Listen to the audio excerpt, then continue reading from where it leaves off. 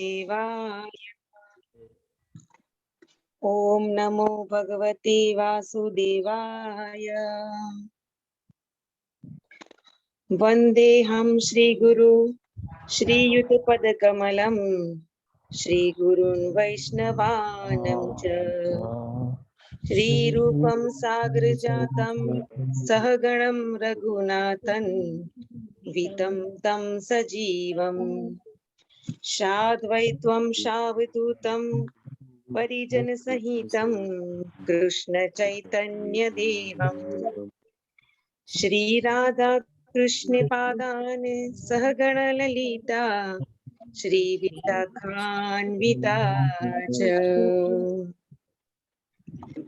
नमः ॐ विष्णुपदाय कृष्णपृष्ठाय भूतले श्रीमद् भक्तिवेदान्त स्वामी इति नामिने।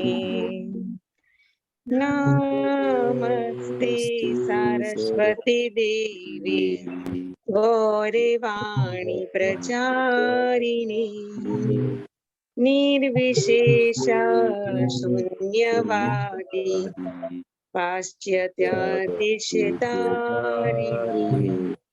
जय श्री कृष्ण चैतन्य प्रभु नित्यानंद श्री अद्वैत गदाधर श्रीवासादि गौरा भक्त वृंद।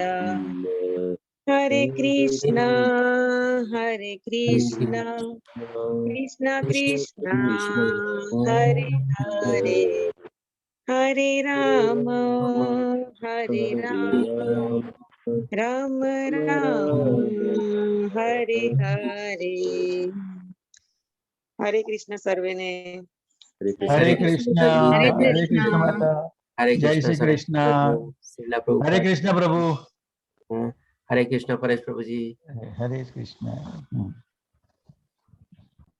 हरे कृष्ण। हरे कृष्ण माता जी। हरे कृष्ण। पूर्णिमा माता जी। ओके दीप्ति माता जी।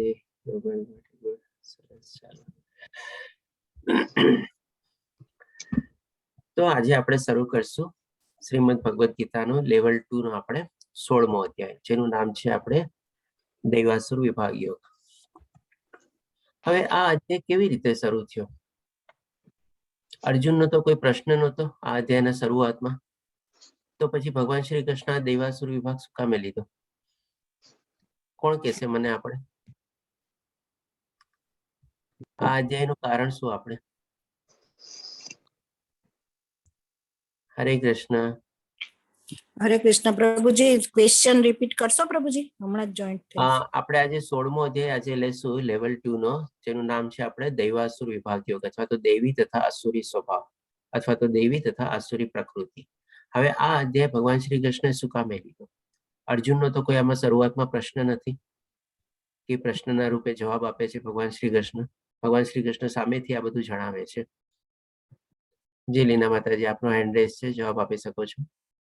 કદાચ પ્રભુજી આપણા માટે કે આપણે કેવી રીતે વર્તવું, કળિયુગમાં કેવી રીતે આવશે બધા અને કેવી રીતે વર્તન કરશે એ સમજાવવા માટે, આપણા માટે કરીને એમને કદાચ અર્જુનજીને કીધું હોય કે ભાઈ આ ગુણો હોવા જોઈએ, આ ગુણો ના હોવા જોઈએ. બરાબર છે, આપની વાત એકદમ સાચી છે. પણ ક્યાં આપણે ગયા અધ્યાયમાં કયા સંદર્ભમાં રૂપમાં ભગવાન શ્રી કૃષ્ણ આખે છે? એમ તો નથી કે અચાનક રીતે શરૂ થઈ ગયું. જેમ આપણે બધી ચીજ જાણીએ છીએ, કોક ને કોક અધ્યાય બધા આપણે કાં તો અર્જુનના પ્રશ્ન દ્વારા શરૂ થાય છે અથવા ભગવાન સામેથી જ્ઞાન પ્રદાન કરે છે. તો જેમાં જ્ઞાન પ્રદાન કરે છે એ બધું બરાબર છે. આપણે 4થો અધ્યાય લીધો, 7મો અધ્યાય લીધો, 9મો અધ્યાય લીધો, જે બધામાં ભગવાન શ્રી કૃષ્ણ પોતાના બારામાં જ્ઞાન બતાવે છે.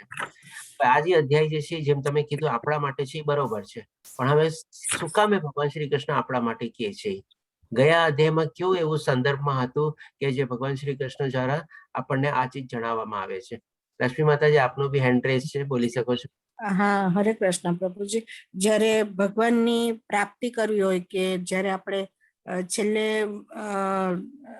વૈકુંઠમાં જવા માટે, ભગવાનના ચરણોમાં જવા માટે જ્યારે આપણે તૈયારી કરતા હોઈએ, ત્યારે આપણે પહેલા તો આપણો સ્વભાવ સત હોવો જોઈએ અને દેવી લક્ષણો હોય તો જ આપણે ત્યાં એ લેવલ સુધી પહોંચી શકીએ.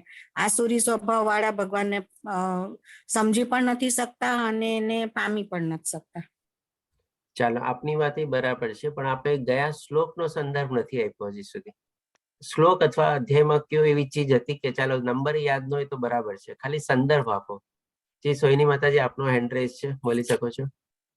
હરે કૃષ્ણ પ્રભુજી. એટલે અહીં આગળ મને શ્લોક કે એનું તો નથી યાદ, પણ એમ કે આગલા જે પુરુષોત્તમ યોગ જે આપણો અધ્યાય હતો એમાં ભગવાન પૂર્ણ પુરુષોત્તમ ભગવાન પોતાની જે વર્ણન કરે છે કે હું આ છું તો હવે આપણે પૂર્ણ પુરુષોત્તમ ભગવાનને કેવી રીતે પામી શકીએ તેના સંદર્ભ માટે એમણે કદાચ 18 ને 19મો જે શ્લોક છે એ ભગવાને પોતાનું વર્ણન એમાં કર્યું હોય છે 17 અને 18 માં.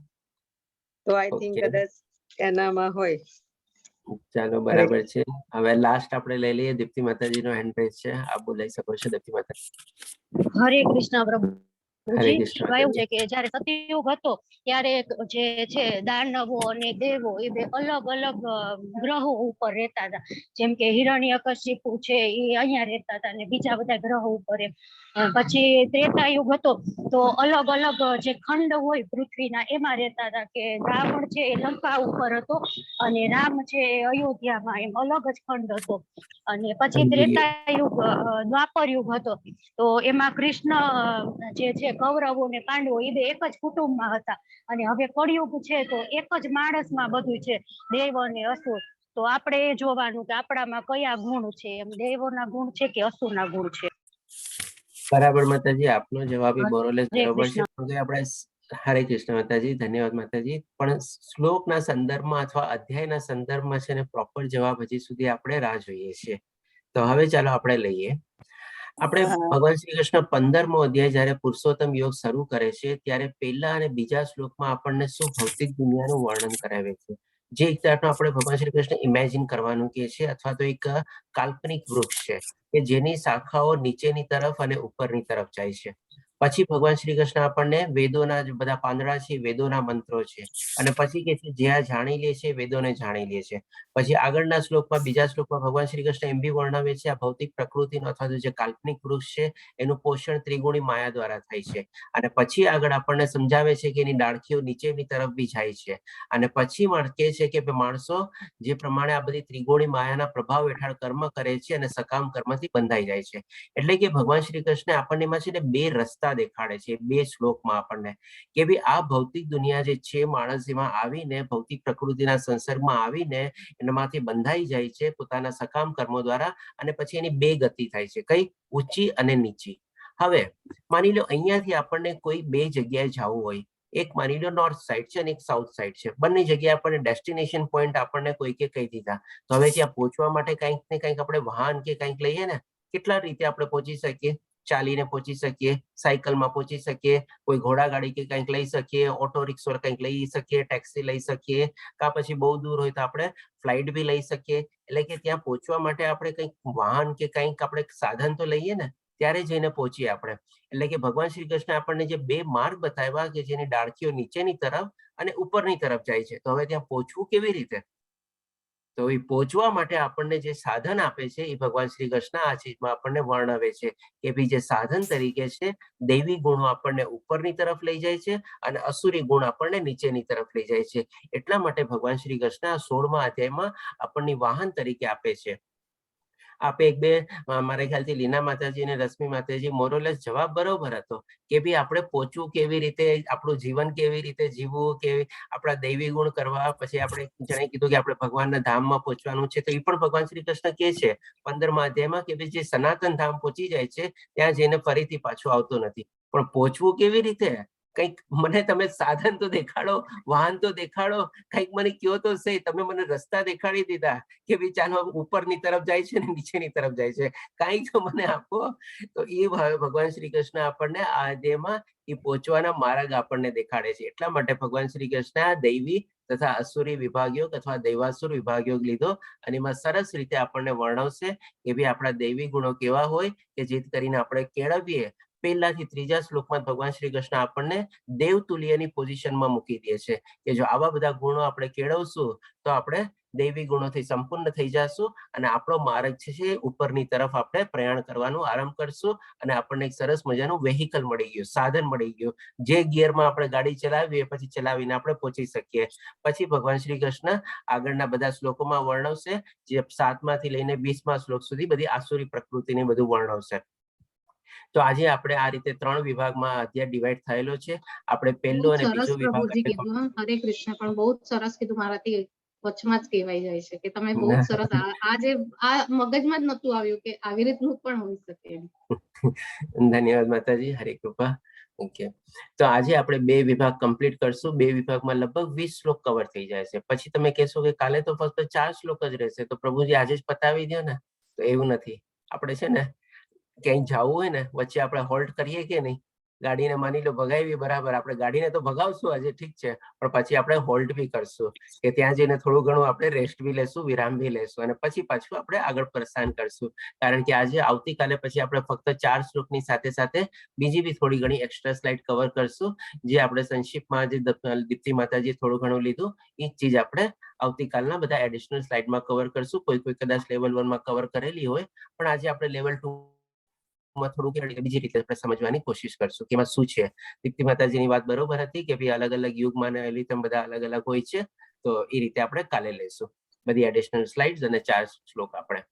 અને આપણે આજે 2 ચીજમાંથી આપણે જે કવર કરશું એમાં પહેલા વિભાગમાં આપણે પર્ટિક્યુલરલી પહેલો, બીજો અને ત્રીજો જે શ્લોક છે એમાં થોડું વધારે ફોકસ કરશું. કદાચ હોઈ શકે થોડો વધારે ટાઈમ બી લઈએ એમાં આપણે, કારણ કે જેમ આપણે શું છે લેવલ 1માં આપણે જેમ કે જાણી ગયા છે કે 4થા શ્લોકથી લઈને 20 શ્લોક સુધી ભગવાન શ્રી કૃષ્ણ છે ને આસુરી પ્રવૃત્તિ વર્ણવે છે. એ લોકોનો સ્વભાવ કેવો હોય છે, એ લોકોની મનસ્થિતિ કેવી હોય છે, એ લોકોની વિચારવાની પ્રક્રિયા કેવી હોય છે, કામ કરવાની પ્રક્રિયા કેવી હોય છે, કેવી ગતિ થાય છે, એ બધી ચીજ ઉપર બહુ વિસ્તારથી બધું સમજાવે છે. તો જ્યારે આપણે લેવલ 1 કરીએ ને ત્યારે હોઈ શકે આપણે થોડા ઘણા અસુરી ગુણમાં વધારે હોઈએ, એટલે એ આપણને સમજવું જરૂરી હતું કે જેથી કરીને આપણે બધાને હટાવી શકીએ અથવા આપણે આસ્તે આસ્તે દૈવી ગુણોનું સંપન્ન કરીએ. અને પછી હવે જ્યારે આપણે માની લો લેવલ 2માં આવ્યા છીએ તો આપણે થોડું ઘણું એમ સમજી શકીએ કે આપણા આસુરી ગુણો બધા આસ્તે આસ્તે ઓછા થઈ રહ્યા છે અને દૈવી ગુણો આપણે વધારે થઈ રહ્યા છે. અને હવે આપણે ફોકસ ઓર દૈવી ગુણ પર કરવાનું છે કે દૈવી ગુણો હજી ઓર કોર કેવી રીતે સરસ રીતે હું મારામાં નિરૂપણ કરું, મારામાં આરોપું કે જેથી કરીને હું મારી ગાડીને ઓર સરસ રીતે આગળ ભગાડી શકું. અને જેટલો સમય મળ્યો છે ભગવાનની કૃપાથી, કારણ કે ખબર નથી મૃત્યુ ક્યારે આવવાનું છે, એ કે ભાઈ ચાલો હું આપણે ઉપરની ડાળખી તરફ જે ભગવાન શ્રી કૃષ્ણ આપણને રસ્તો બતાવ્યો 15મા અધ્યાયમાં એ તરફ આપણે આગળ વધીએ. એટલે કે આપણે પહેલા, બીજા અને ત્રીજા શ્લોકમાં થોડુંક વધારે ફોકસ કરશું અને બાકી બધા જે શ્લોકો છે આપણે એકવાર ગો થ્રુ કરી જશું અને મોરલેસ બધા આપણે લેવલ 1માં સરસ રીતે કવર કરેલા આવી છે. કારણ કે અત્યારે આપણું મેઇન ફોકસ છે કે ભાઈ દૈવી ગુણો વધારવા, અસુરી ગુણો પછી ઓટોમેટિકલી ઓછા થશે આપણે. તો હવે આપણે જોઈએ ભગવાન શ્રી કૃષ્ણ આપણને પહેલા, બીજા અને ત્રીજા શ્લોકમાં ટોટલ 26 ગુણ વર્ણવે છે, દૈવી ગુણો. તો લઈએ આપણે પૂર્ણ પુરુષોત્તમ પરમેશ્વરે કહ્યું, હે ભરતપુત્ર, આપણે એક એક કાઉન્ટ બી કરતા જાજો આપણને, અને જે પર્ટિક્યુલરલી પેલા આખો શ્લોકને રીડ કરી જઈશ, પછી જે પર્ટિક્યુલર ગુણ આપણને માની લો એના ઉપર થોડું વધારે ફોકસ જોતું હોય, સમજવું હોય આપણે, તો એ આપણે ડિટેલમાં લેશું. અધરવાઇઝ બધા શ્લોક આપણે બધા ગુણો જે છે આપણે થોડા સંક્ષિપ્તમાં લઈ લેશું આપણે. નિર્ભયતા, આત્મશુદ્ધિ, આધ્યાત્મિક જ્ઞાનનું સંવર્ધન, દાન, આત્મસંયમ, યજ્ઞ પરાયણતા, વેદાધ્યાન, તપસ્વર્યા, સાદાઈ, અહિંસા, સત્યતા, ક્રોધવિહીનતા, ત્યાગ, શાંતિ, છિંદ્રાન્વેષણમાં અરુચિ, જીવ માત્ર પર દયા, નિર્લોભીપણું, સૌમ્યતા, લજ્જા, નિશ્ચય, તેજ, ક્ષમા, ધૈર્ય, પવિત્રતા, ઈર્ષાથી મુક્તિ તથા સન્માનની અભિલાષાથી મુક્તિ. અને એક જ ગણશું આપણે. આ સર્વ દિવ્ય ગુણો છે કે જે દૈવી પ્રકૃતિથી સંપન્ન દેવતુલ્ય પુરુષોમાં જોવા મળે છે. એટલે કે ભગવાન શ્રી કૃષ્ણ આ બધા 26 ગુણ વર્ણવી આપણને શું છે, જો આ રીતે આપણે કેળવીએ અને આ રીતે આપણે દૈવી ગુણોથી સંપન્ન થઈ જઈએ તો આપણે એઝ ગુડ એઝ દેવોની કેટેગરીમાં આવી જઈએ, આપણે દેવોની બરાબરીમાં આવી જઈએ. એટલા માટે ભગવાન શ્રી કૃષ્ણ કહે છે કે દેવતુલ્ય પુરુષોમાં જોવા મળે છે. હવે આમાંથી જે ગુણ આપણને માની લો થોડા ડિટેલમાં કેમ કંઈ સમજવું હોય અથવા કંઈ ક્લેરિફિકેશન કે કન્ફ્યુઝન હોય તો આપ મને બતાવી શકો છો, તો આપણે લેશું. હરે કૃષ્ણ. બધા પોતપોતાના હિસાબે કોઈ બી કહી હા, શકે છે. કોઈ પ્રભુજી એક ગુણ, આત્મશુદ્ધિનો જે ગુણ છે હા, એનો આત્મશુદ્ધિ. હવે છે ને જે પ્રમાણે આપ એક એક ગુણો કહેશો તો આપણે ડેફિનેટલી થોડું ઘણું ડિસ્કસ કરશું બધા ઉપર, પણ એ બધા લેવા પહેલા છે ને હું આપને એક ચીજ કહી દઉં કે આ બધા જે 26 ગુણો છે ને એ આપણે છે ને મોરોલેસ આપણે બે ભાગમાં ડિવાઈડ કરી શકીએ. એક તો શું કે ભઈ વર્ણ વ્યવસ્થા પ્રમાણે, અને એક તો શું આપણે આશ્રમ પ્રમાણે. વર્ણ વ્યવસ્થા પ્રમાણે એટલા માટે કે શું કે ભઈ આમાં કોક ગુણ છે ને આપણને ઈ ટાઈમમાં પ્રમાણે બધાને વર્ણવેલા છે. તો આજની તારીખમાં બી બધા રિલેવન્ટ તો છે જ, પણ થોડા ઘણા એ પ્રમાણે ડિવાઈડ થઈ શકે કે બ્રાહ્મણ, ક્ષત્રિય, વૈશ્ય અને શૂદ્ર પ્રમાણે. અને કોક ગુણ એવા છે ને કે ભાઈ આપણે આશ્રમ પ્રમાણે એટલે કે બ્રહ્મચર્ય, ગ્રહસ્થ, વનપ્રસ્થ અને સંન્યાસ. અને જે મોસ્ટ ઓફ ધ ગુણ છે ને 26 માંથી આપણે કહી શકીએ કે એક કે બે ગુણ જ એવા છે જે પર્ટિક્યુલરલી એક આપણે કેટેગરી માટે આપણે એસાઇન કરી શકીએ. બાકી બધા આજની તારીખમાં આપણે બધા ગુણ આપણે કેળવી શકીએ. જેમ અત્યારે સોહિની માતાજીએ સૌથી પહેલા કીધું, એટલે કે એક બ્રોડ ક્લાસિફિકેશન થઈ ગયું તમને કહેવા માટે. પછી હવે જેમ અત્યારે સોહિની માતાજીએ કીધું, સૌપ્રથમ આપણે આત્મશુદ્ધિ. તો આત્મશુદ્ધિ જે ગુણ છે ને એ આપણે એ ટાઈમમાં પર્ટિક્યુલરલી છે ને બ્રાહ્મણ લોકો માટે વધારે આપણે નિયુક્ત કરેલો હતો. કારણ કે એ લોકો શું છે એ બધા જ્ઞાનમાં ને એવા પ્રમાણેમાં સંપન્ન થયેલા હતા. વેદોનું જ્ઞાન ને બધું હતું, અને એ જ્ઞાનના પ્રકારે એ લોકો બધી ચીજ જાણતા હતા કે આપણે આત્મશુદ્ધિ કેવી રીતે કરી શકીએ, અથવા તો આપણે પ્યોર જીવન કેવી રીતે જીવી શકીએ, અથવા તો આપણે આત્મ સાક્ષાત્કારમાં બી કેવી રીતે આગળ વધી શકીએ. તો એ જ ચીજ આપણે પહેલા સમજી લઈએ. હવે આજની તારીખમાં આપણે આત્મશુદ્ધિ એટલે કે શું સમજવાનું છે કે ભાઈ જે પ્રમાણે ભગવાન શ્રી કૃષ્ણ આપણને સૌથી મોટા જે 3 વિકાર જે છે આપણા કલયુગના, એ આપણે છે ને દૂર કરવાના છે. કે ભાઈ સૌથી પહેલા તો રાગ એટલે કે ગુસ્સો, દ્વેષ એટલે કે કોઈની ઈર્ષ્યા, અને રાગ એટલે કે આપણે બધી અલગ અલગ ઈચ્છાઓ, કામનાઓ ને એ પ્રમાણે આપણે કોઈકમાં રાગ અનુરાગ એમ પ્રમાણે હોય ને, ઈચ્છા હોય, અનિચ્છા હોય, એવી રીતે. પછી દ્વેષ એટલે કે ઈર્ષ્યા, અને ત્રીજું એટલે કે ક્રોધ એટલે કે આપણે ગુસ્સો. આ 3 ચીજને સૌથી પહેલા આપણે દૂર કરવાની છે આપણામાંથી. પછી આપણે શું છે બધા પ્રત્યે આપણે સમત્વ ભાવ કેળવવાનો છે કે ભાઈ બધામાં આપણે એક આત્માના દર્શન કરવાના છે. એ પછી આગળનું સ્ટેપ થયું આપણે. અને પછી આપણે આગળનું સ્ટેપ એ રીતે છે કે ભાઈ જેટલા આપણે હોઈ શકે બધા મોહ, માયા અને આકર્ષણ જે છે, જે ભગવાન શ્રી કૃષ્ણ આપણને 15મા અધ્યાયમાં સમજાવ્યું. પછી 3જા શ્લોકમાં આપણને કહે છે કે ભાઈ આ ટાઈપનું વૃક્ષ આપણે એકચ્યુઅલમાં છે નહીં, પરંતુ મનુષ્યએ વિરક્તિના શસ્ત્ર વડે આ વૃક્ષને કાપી નાખવું જોઈએ. એટલે કે ઈ આપણે આગળનું સ્ટેપ થયું કે જેટલા બને એટલા મોહ, માયા, આકર્ષણ બધા આપણે દૂર કરીએ. તો આ બધી ચીજ જયારે કરીએ ને ત્યારે આત્મશુદ્ધિ, એટલે શુદ્ધિનો મતલબ શું કે ભાઈ સાફ કરવું. હવે કોઈ પણ એક ચીજ છે ને હોય, માની લો એને સાફ કરવાની પ્રક્રિયા આપણે શું કામે કરીએ? કારણ કે એના ઉપર ધૂળ લાગી ગઈ હોય, એના ઉપર દાગ લાગી ગયા હોય, એના ઉપર કચરો જામી ગયો હોય, એના ઉપર કંઈક ને કંઈક એવા બધા પડ જામી ગયા હોય કે જેથી કરીને એની ચમક છે, એની સુંદરતા છે, એ આપણને સરસ રીતે દેખાય નહીં. એટલે આપણે શું કરીએ? એને સરસ રીતે આપણે ધોઈએ, પાણીથી ધોઈએ. એવા કોઈ બધા પાવડર આવતા હોય કે એનાથી ધોઈએ આપણે, ક્યારેક કોઈક એવા લોશન આવતા હોય એનાથી ધોઈએ, કોઈક લિક્વિડ આવતા હોય એનાથી ધોઈએ, અથવા તો કોઈક એવા કેમિકલથી બી આપણે ધોઈએ. તો આવી રીતે છે ને આપણા આત્મામાં આ બધા ચીજના છે ને આવરણ લાગી ગયા છે કે જેથી કરીને છે ને આપણે આત્માને સાક્ષાત્કાર રીતે આપણે જોઈ નથી શકતા.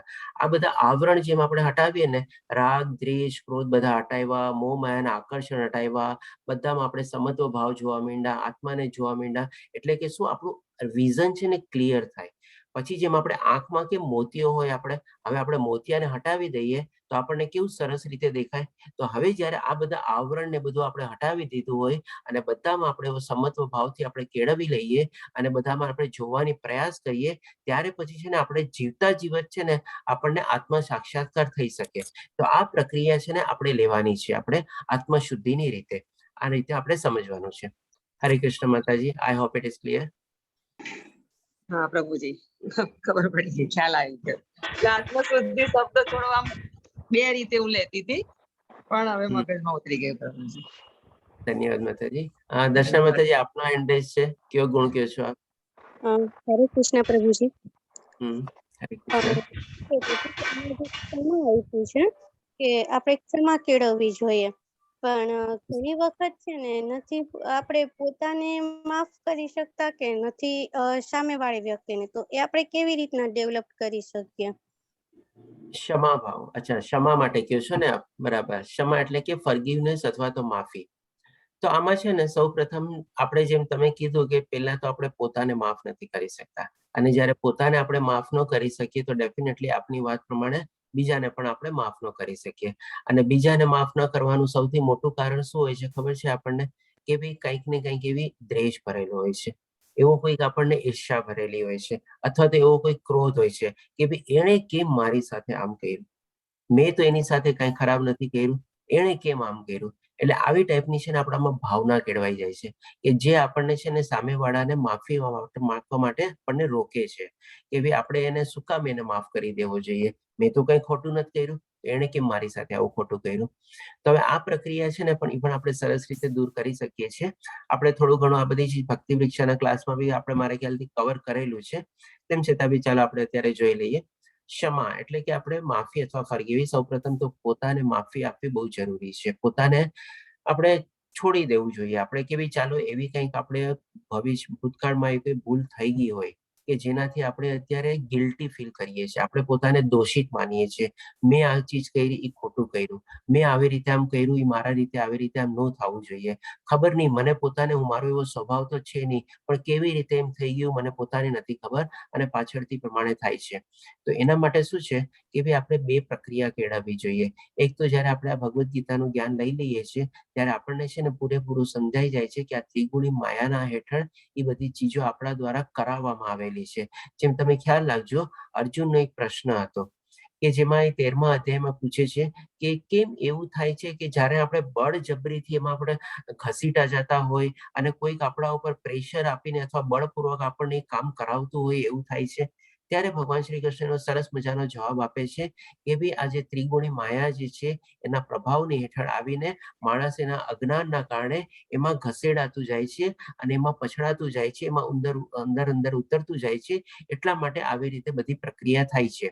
એટલે કે આ ત્રિગુણી માયા જે છે એ જેનો સૌથી મોટો આપણે કે આપણે કે બાઇન્ડિંગ ફોર્સ એટલે કે આપણે જેને કે એટ્રેક્ટિંગ ફોર્સ તરીકે એ જ આપણને બધી ચીજ વસ્તુ કરવા માટે પ્રેરિત કરે છે.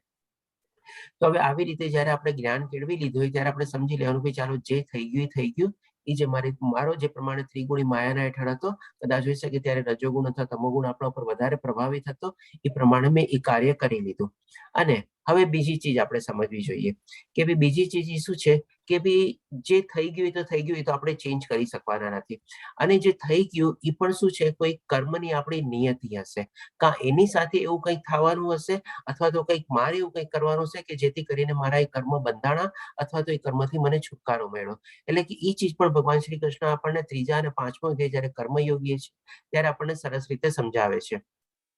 તો આ બે ચીજ મનોભાવના જો આપણે કેળવી લઈએ ને કે ભાઈ ચાલો હવે હું મારું ભવિષ્ય શું કામે બગાડું, જે થઈ ગયું, ગુણી માયા જે હતી મારી સાથે કરાવી દીધું. અને હવે અથવા તો કોઈક એવી કર્મની ગતિ હશે કે જે એની સાથે એવું થવાનું હશે અથવા મારું કંઈક એવું થવાનું હશે.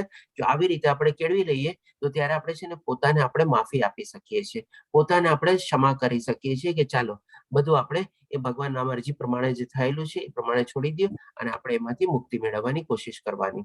હવે જ્યારે આવો ભાવ કેળવી લ્યો ને પછી છે ને તમારે માટે છે ને સામેવાળાને માફી આપી છે ને સહજ થઈ જાય. અને એમાં થોડુંક એક સ્ટેપ આપણે ઓર ઉમેરવાનું છે કે માની લો એમાં પણ આપણે એડ કરીએ, આ બે ચીજ આપણે એમાં પણ એપ્લાય કરવાની છે સામેવાળા માણસ પ્રત્યે કે ભાઈ એને એક તો એના ત્રિગુણી માયાના હેઠળ કરેલું છે, ભલે એનો સ્વભાવ એવો નથી પણ એનાથી એવું થઈ ગયું. ચાલો બીજું કે ભાઈ મારી એવી કોઈક હશે, કોઈક એવા કર્મ બંધાયેલા હશે કે જેની કરીને એની હું સજા અત્યારે ભોગવું છું અને એને આપણે જેને થેન્ક્સ કહેવાનું કે ચાલો એ મારા કર્મ બંધન તો અત્યારે પૈતા, એનું તો મને ફળ મળી ગયું, રિઝલ્ટ થઈ ગયું, એનું જે થવું એ પ્રમાણે થાય. એટલે કે એ બે ચીજ એમાં એપ્લાય કરવાની. અને હવે ત્રીજી ભાવના શું છે કે બી છે ને એને જે કર્યું એ બરાબર છે, આપણે એને છે ને સામેથી જઈને એપ્રોચ કરવાની કોશિશ કરવાની. કારણ કે શું છે ઘણી વાર આપણે ગાંઠ બંધાઈ જાય છે કે ભાઈ હું કેમ સામેથી જાઉં, હું મોટો છું. ત્યારે આપણો શું છે એક ટાઈપનો જે ઈગો છે ને, અહંકાર છે ને, એ આપણે સૌથી મોટું એક આપણે પળ છે. અને સોરી આપણે સોયની માતાજીને એ બી કહેતા ભૂલી ગયા આપણે, જે અહંકાર, રાગ દ્વેષ ક્રોધ અને પછી આપણે સાથે અહંકાર બી આપણે હટાવવાનો છે આત્મશુદ્ધિ માટે. તો એ આપણને છે ને અહંકાર બહુ રોકે છે કે હું મોટો છું, મેં તો કઈ ખોટું કર્યું નથી, મેં તો બધું બરાબર કર્યું છે, મેં તો એની સાથે આમ કર્યું, મેં તો એની સાથે એમ કર્યું. એ અહંકાર આપણને રોકે છે. અને એ જયારે આપણે એને પાર કરી જઈએ અને પાર કરીને પછી આપણે એને સામે જઈને કહેવાનું ભાઈ જો જે થઈ ગયું એ થઈ ગયું, હવે તારી ભૂલ કે મારી ભૂલ બધું બરાબર છે, આપણે એમાં ડીપમાં નથી જવું, આર્ગ્યુમેન્ટ નથી કરવી, કાંઈ નથી કરવી, હું તારી સામેથી ચલ ક્ષમા માંગી લઉં છું, ચલ પતી ગયો, એવી રીતે. તો છે ને સામે વાળો ઉલટાનો એ સમજે, અરે આ તો મેં આમ કર્યું ને વી મારે સામેથી ક્ષમા માંગવા આવે છે, તો પછી શું. પણ આવો ભાવ જયારે કેળવાઈ લ્યો ને ત્યારે બહુ સહજ થઈ જાય. આઈ હોપ કે આપને થોડું ઘણું હેલ્પફુલ થશે આપણે, કારણ કે આ ચીજ બહુ ડિફિકલ્ટ છે પણ કરવી પ્રેક્ટિકલ છે આપણે. હરે કૃષ્ણ દર્શન માતાજી. હા પ્રભુજી, બહુ સારી રીતે સમજાણું. હું આના ઉપર પ્રયત્ન કરીશ ચોક્કસથી. ધન્યવાદ માતાજી. હરે કૃષ્ણ લીના માતાજી, આપનો હેન્ડ રેઝ છે, આપનું લાસ્ટ લઈ લઈએ આપણે. હાજી પ્રભુજી, છિન્દ્રાન વેશનમાં અરુચિ એટલે? હા, છિન્દ્રાન વેષણમાં અરુચિ એટલે કે સૌથી આનો જે લિટરલ મિનિંગ છે આપણે કે આપણું જે લક્ષ્ય હોય એ લક્ષ્ય સિવાય આપણું જે કાંઈ પણ આપણી સામે જે સ્થિતિ પરિસ્થિતિ જે કાંઈ પણ સંજોગો આવે એ પણ એમાં આપણને રુચિ ન હોય આપણે. એટલે કે આપણું લક્ષ્ય શું છે કે ભગવાનની પ્રાપ્તિ કરવાનું. હવે તમે કહેશો કે ભાઈ ચાલો એ તો આપણે સમજી ગયા, પણ હવે આપણે પ્રેક્ટિકલ સેન્સમાં આપણે એને કેવી રીતે એપ્લાય કરવાનું છે ને એ થોડું વધારે જોઈએ. કારણ કે લિટરલ મિનિંગ આપણને કદાચ બહુ ઓછો ઉપયોગી લાગે કે ચાલો એ તો સમજી ગયા છે, બરાબર છે, પણ આપણે શું છે ભૌતિક દુનિયામાં આવ્યા પછી આપણો જે મિનિંગ આપણે એનો જે લઈએ આપણે ઘણી વાર શું છે આપણે લોકોની સાથે મળીએ છીએ, કામની વાત આપણી કેટલી હોય છે, 2 મિનિટ 5 મિનિટ 10 મિનિટ, વધારે વધારે 15 મિનિટ, કે કામ બામ બધું પતી જાય. ઇવન ઓફિસના કામમાં બી તમે જોજો કંઈક એવી મીટિંગ હોય કે કોઈકની સાથે હોય, 5 10 15 મિનિટ કે અડધી કલાક લઈ ગયો, ચાલો બધું પતી જાય. ઘરમાં મેળેની બધી વાતો છે ને 2 5 10 મિનિટમાં જ પતી જાય. આપણે ઓફિસની કામની લઈ લો તો બી ચાલો અડધી કલાકમાં એમાં પતી જાય. આપણે પછી એને એનું કામ કરો ને આપણે આપણું કામ કરવાનું, એવી રીતે. પણ આપણે બીજું શું કરીએ છીએ, આપણે પંચાયત કરીએ છીએ, લોકોની ટીકા કઈક કરીએ છીએ, ત્રીજા માણસની વાતો કરીએ છીએ. ઓલાએ આમ કરવું જોઈતું હતું, આએ આમ નહોતું કરવું જોઈતું, આએ આમ કર્યું એટલે આમ થયું, ઓલાએ આમ કર્યું એટલે આમ થયું. એટલે આવી બધી જે વાતો કરીએ છીએ ને આપણે છે ને એકદમ બેકારની વાતો છે, જેમાં છે ને આપણને કોઈ રિઝલ્ટ મળતું નથી. હવે આના સંદર્ભમાં છે ને હું આપને એક સ્ટોરી કહીશ. આપણે જેમ કે શું માની લો બધા માણસો મળેલા હોય આપણે, અને એક મીટિંગ આપણે લઈએ, અથવા બધા માની લો લેડીઝની આપણે મીટિંગ થઈને બધું થયું. આપણે હવે કામની વાતો આપણે જે પ્રમાણે પર્પઝ માટે મળેલા હોઈએ એ બધી ચીજ આપણે ડિસ્કસ કરી 2 5 10 મિનિટ કે 15 મિનિટ, ચાલો આપણે લેડીઝ મીટિંગ છે એટલે અડધી કલાક ટાઈમ આપ્યો અને એ પ્રમાણે પતી ગયું. પછી શું છે, હવે આપણે શું વાત શરૂ કરીએ છીએ, બધી આપણે બીજી બધી ટોપિકની વાત કરીએ છીએ. તો એના સંદર્ભમાં છે ને આપણે એક સ્ટોરી લઈએ. જેમ કે માની લો એકવાર 4 જણ મળે છે. હવે હું આમાં નથી લેતો કે 4 જેન્ટ્સ છે કે 4 લેડીઝ છે, આપણે ઇક્વલી મળીએ, ચાલો કે 4 જણા મળે છે. હવે 4 જણા છે ને વિચારે છે કે ભાઈ આપણી આ જે વધારે બકબક કરવાની ને બધી આદત છે ને એ આપણે સ્ટોપ કરવી જોઈએ. આલતુ ફાલતુની વાતો છે ને આપણે ન કરવી જોઈએ, અને આપણે મૌન આપણે કેળવવું જોઈએ. આપણે એક કામ કરીએ, ચાલ આપણે એક મીણબત્તી જલાવીએ, અને મીણબત્તી માની લો 1 કલાક બળવાની છે આપણે, અને એ પ્રમાણે આપણે 1 કલાક આપણે મૌનની આપણે પ્રેક્ટિસ કરીએ. હવે મૌનની પ્રેક્ટિસ કરવાની લોકો આરંભ કરે છે એવી રીતે મીણબત્તી જલાવીને. તો એમાં શું છે, માની લો એક રૂમમાં મીણબત્તી જલાવેલી છે, ટેબલ ઉપર મીણબત્તી રાખેલી છે, માની લો ડાઇનિંગ ટેબલ ઉપર એમ 4 જણા એમ અલગ અલગ સામ સામે એવી રીતે બેઠા છે. હવે બનવા શું થયું કે ભાઈ રૂમનો દરવાજો બારી જે છે ખુલ્લી રહી ગઈ. હવે બારીમાંથી જરાક પવન આવ્યો એટલે કે હવા આવી. હજી તો માની લો 5 10 15 મિનિટ થઈ છે, અને સરસ રીતે 15 મિનિટ બધા પોતપોતાનું મૌન ધારણ કરીને બેઠા છે, બધા ચૂપ બેઠા છે આપણે, અને જરાક હવા આવી અને મીણબત્તીની ઓલી જે આપણે જે અગ્નિ હતી આમ તેમ ડોયલી જરાક આપણે, એટલે એ ડોયલી નથી ત્યાં તો એમાંથી એક જણ બોલી ગયો, અરે બારી બંધ નથી કરી, હવા આવી ગઈ, હમણાં મીણબત્તી બુઝાઈ જશે. મીણબત્તી બુઝાણી નથી, બુઝાણી હજી સુધી, બોલવાની શું જરૂર છે, મૌન તૂટી ગયું. હવે બીજો માણસ ઈ જેવો બોલ્યો તરત એનું રિએક્શન શરૂ થયું, અરે બુઝાશે ત્યારે કે છે ને, હમણાં શું કામે જ કેસ. બીજા માણસનું મૌન તૂટી ગયું. ત્રીજો માણસ તરત ને તરત ગુસ્સે થયો, શું તમે લોકો આલતુ ફાલતુ વાતમાં ચર્ચા કરો છો, હજી હવા એવી નથી, બુઝાણી નથી, ત્યાં તો તમે બંને વંડી પડ્યા. ત્રીજા માણસનું મૌન ગયું, શાંતિથી મને મૌન થાળતું નથી, બસ ગુસ્સો થઈ અને મૌન ગયું એનું. ચોથો માણસ, જયારે આ ત્રણેય જણાની આવી અવસ્થા થઈ ગઈ ને ત્યારે શું છે, હા હું જીતી ગયો, મેં મારું મૌન ધારણ કર્યું. હજી 1 કલાક ગયો, 1 કલાક ગયો નહીં, પણ શું આવી ગયો, ઘમંડ આવી ગયો, એક જાતનો એરોગન્ટ આવી ગયો. ત્રણેય જણા પરાસ્ત થઈ ગયા, એટલે કે જાતનો દ્વેષ ભાવ બી આવી ગયો, જો 3 જણા હારી ગયા મારી સામે, હું એકલો જ મારું મૌન છે, એટલે કે એવી ટાઈપનો 4 ભાવ આવી ગયો. હવે તમે મને કહો, આ 4 જણા જે હતા બધાનો છે ને મનસ્થિતિ અથવા જે છે ને બધાના ગુણો અલગ અલગ હતા, એ તો આપણે જાણીએ છીએ, અને અલગ અલગ પ્રભાવ હતો.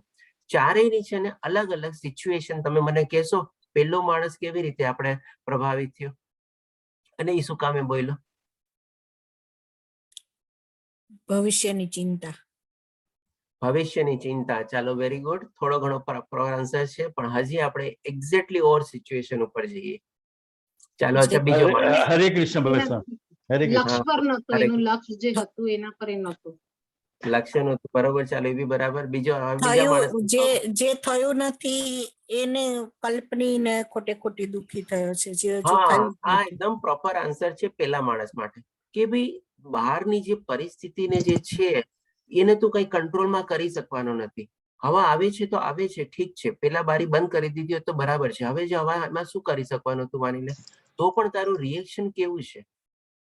એટલે કે આપણે શું છે, બહારની પરિસ્થિતિ બધાથી છે ને બહુ પ્રભાવિત થઈએ છીએ, અને આપણને છે ને એમાં વધારે રુચિ લાગી જાય છે, નહીં કે આપણું પોતાનું મૌન ધારણમાં. માની લો મીણબત્તી બુઝાઈ, બીપી બુઝાઈ ગઈ, તોય શું ફરક પડવાનો છે. આપણે તો 1 કલાક મૌન ધારણ છે ને. મારું લક્ષ્ય શું છે, એટલે કે આપણે જે હવે છિંદ્રાના વિષયમાં મારું છે, આપણે બધાનું લક્ષ્ય શું હતું કે ભાઈ 1 કલાક મૌન ધારણ કરવું, કમ વોટ મે, બરાબર. પણ એમાં મેં ધ્યાન ન આપ્યું, અને બહારની પરિસ્થિતિ પ્રમાણે હું પ્રભાવિત થયો, અને એમાં મારી રુચિ આવી ગઈ, અને એમાં રુચિના બદલે મેં તરત રિએક્ટ કર્યું મારા સ્વભાવ પ્રમાણે, કે ભાઈ બારીમાં જો હવા આવે છે, મીણબત્તી બુઝાઈ જશે. એટલે કે પેલા માણસની પ્રક્રિયા. હવે બીજા માણસની જોઈએ. બીજા માણસ શેનાથી દ્વારા પ્રેરિત થયો? ફટાફટ હવે. કારણ કે પહેલો બોલ્યો એટલે એને એમ થયું કે હું બી કહું કે હમણાંથી શું કરવાની જરૂર છે. બરાબર છે, આપનો જવાબ બી બરાબર છે. હવે બીજા માણસની જે વૃત્તિ શું હતી, એને પેલા માણસમાં ઇન્ટરેસ્ટ જાગ્યો.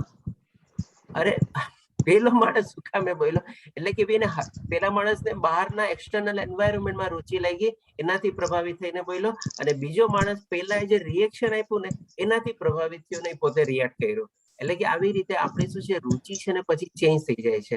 એની પણ રુચિ ત્યારે પોતાનું જે લક્ષ્ય હતું એમાં ન રહી, અને ઈ માણસમાં રુચિ જાગી ગઈ. ઈ માણસ કેમ બોલ્યો, અને પેલા માણસને એક્સટર્નલ એન્વાયરમેન્ટમાં લઈ ગઈ. હવે ત્રીજા માણસનું લઈએ. ત્રીજા માણસના રિએક્શન કેવી રીતે થયું, શું કામે થયું?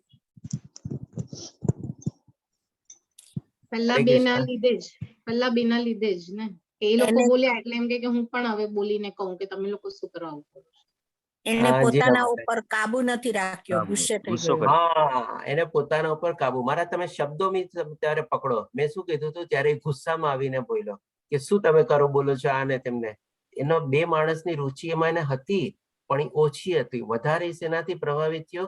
પોતાના ગુસ્સા દ્વારા. આપણે એની અંદરમાં થોડો ક્રોધ ભરેલો હતો, અને એને ક્રોધ દ્વારા એ રિએક્ટ થયો કે શું તમે હજી બોલો છો, જયારે બુઝાવી હશે ત્યારે બુઝાશે, હજી તો બુઝાણી નથી ને.